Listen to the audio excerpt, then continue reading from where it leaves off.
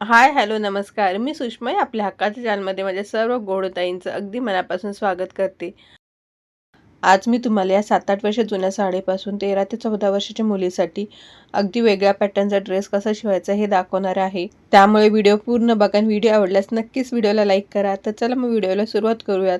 तर सगळ्यात अगोदर इथे मी 3 मीटर अस्तर धुवून घेतलेला आहे आणि त्याची डबल फोल्ड घडी करून जसं आपण बाकीच्या ड्रेसला मेजरमेंट टाकतो सेम त्याच पद्धतीने मेजरमेंट टाकलेलं आहे.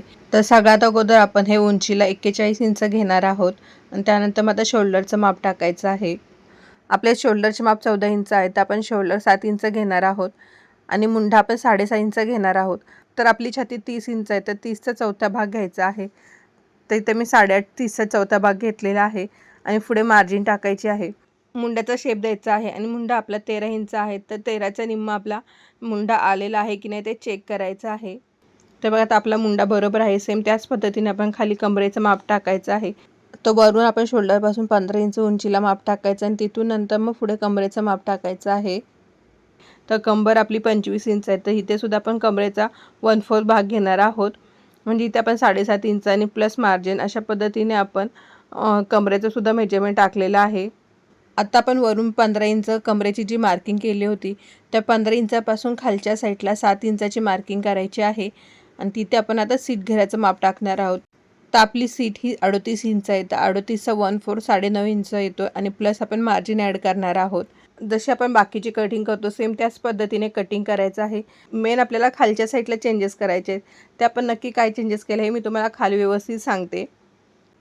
आता आपण जसे सीट घेरापर्यंत मापे टाकले सेम त्याच पद्धतीने मार्किंग करायची आहे.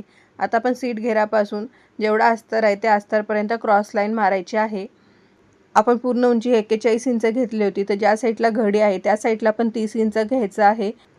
घडीवरती आपण 30 इंचाचं मार्किंग करायचं आहे. ते 30 इंचापासून 41 इंचापर्यंत अशी क्रॉस लाईन मारायची आहे. हलकासा राऊंड शेप घ्यायचा आहे. तुम्हाला जरी आता मार्किंग दिसत नसेल तर कटिंग केल्यानंतर कळेल की आपण कशा पद्धतीने हे केलेलं आहे. तर आता आपण इथे गळ्याचं माप टाकूया. तर गळा रुंदी इथे मी 3 इंच घेतलेले आहे आणि पुढचा गळा 6 इंच घेतलेला आहे आणि पाठीमागचा गळा 4 इंच घेतलेला आहे. आणि आता आपण जशी मार्किंग केली त्या मार्किंगप्रमाणे कटिंग करून घेऊयात. तुम्हाला समजलं असेलच आपण कशा पद्धतीने हे मार्किंग केलेले आहे. जशी आपली बाकीच्या ड्रेसची मार्किंग असते सेम त्याच पद्धतीने मार्किंग केलेले आहे. फक्त आपण ए लाईनला कशी क्रॉस लाईन मारतो सेम त्याच पद्धतीने इथे सीट घेरापासून आपण क्रॉस लाईन मारलेले आहे. फक्त आपण काय चेंजेस केलेले आहेत तर पुढच्या साईडला आपण उंची कमी केलेली आहे. बाकी आपण ए लाईनसारखीच कटिंग करून घेतलेली आहे. सेम याच पद्धतीने आपण बॅक साईडची सुद्धा कटिंग केलेली आहे. फक्त बॅक साईडला जिथे आपण 30 इंच घेतलेलं आहे ते बॅक साईडला आपण 33 इंच घेतलेलं आहे. म्हणजे बॅक साईडला आपण घडीवरती थोडंसं जास्त घेतलेलं आहे. आणि हा वेगळा पॅटर्नचा ड्रेस मुलीला एवढा आवडला की तिने खूप वेळा त्याचा वापर केलेला आहे. हा व्हिडिओ मी खूप दिवसाने बनवत आहे आणि त्यामुळे त्याचे फोटो तुम्हाला बघायला भेटतीलच. हा ड्रेस शिवलेसच आहे, त्यामुळे आता आपली कटिंग झालेली आहे. आता आपण हे साडीवरती कसं करायचं हे बघूयात. तर या साडीचा पदर मी ह्या ड्रेसमध्ये कुठेही वापरणार नाही. ह्या पदराचा मी नंतर वेगळा जॅकेट बनवणार आहे. तर मी पदर पहिला काढलेला आहे. तर साडीची घडी करायची आहे आणि घडीवरती आपण अस्तरपेक्षा 5-6 इंच एक्स्ट्रा घ्यायचं आहे. तिथे मी 39 इंच वगैरे अशा पद्धतीने घेतलेलं आहे. तर दुसऱ्या साईडला सुद्धा आपण खालच्या टोकापासून 4 ते 5 इंच एक्स्ट्रा घेतलेला आहे. म्हणजे आपण अस्तरपेक्षा खालच्या साईडला 5 ते 6 इंच एक्स्ट्रा घेतलेला आहे. तुम्हाला जेवढं कापड जास्त पाहिजे तेवढं घ्यायचं आहे. ब्लाऊजचं काम जास्त असल्यामुळे आपले लाँग व्हिडिओ येत नाहीत, पण मी शॉर्ट व्हिडिओमधून तुम्हाला छोट्या टिप्स काही आयडिया वगैरे सांगत असते. त्यामुळे तुम्ही शॉर्ट व्हिडिओ नक्की बघत जा. जर तुम्हाला कोणती गोष्ट शिकायची असेल तर मला कमेंट करा, मग मी लाँग व्हिडिओमधून तुम्हाला ती दाखवेन. तुम्हाला लहान मुलींच्या ड्रेसमध्ये अजून चांगली फिटिंग पाहिजे असेल तर पाठीमागे टक्स टाकायचे आहेत, त्यामुळे अजून छान फिटिंग येते. सेम याच पद्धतीने साडीची घडी करून त्याच्यावरती आपण फ्रंट साईड काढून घेतलेला आहे.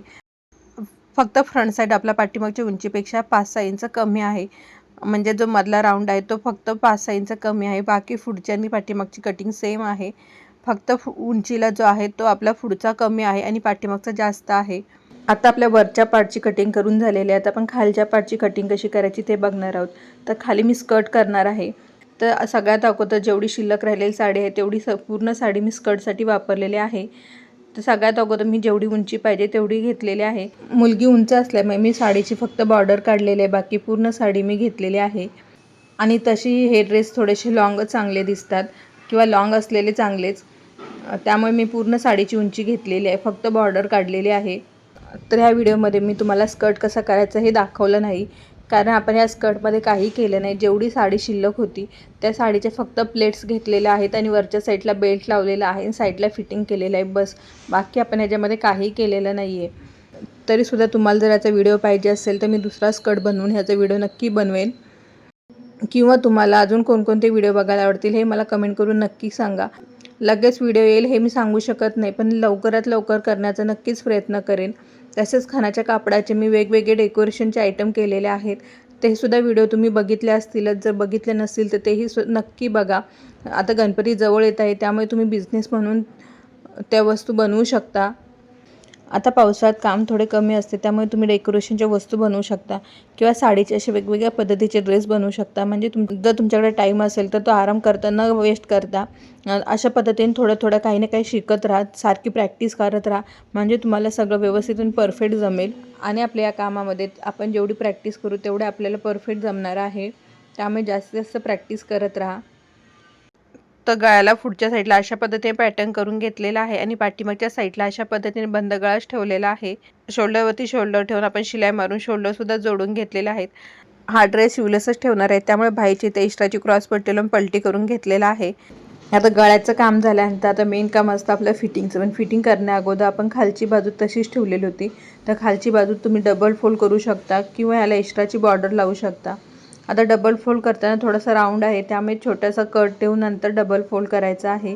किंवा बॉर्डर लावताना सुद्धा तुम्ही बॉर्डर लावताना छोटे छोटे कट द्यायचे आहेत, म्हणजे बॉर्डर आपली व्यवस्थित अशी बसेल.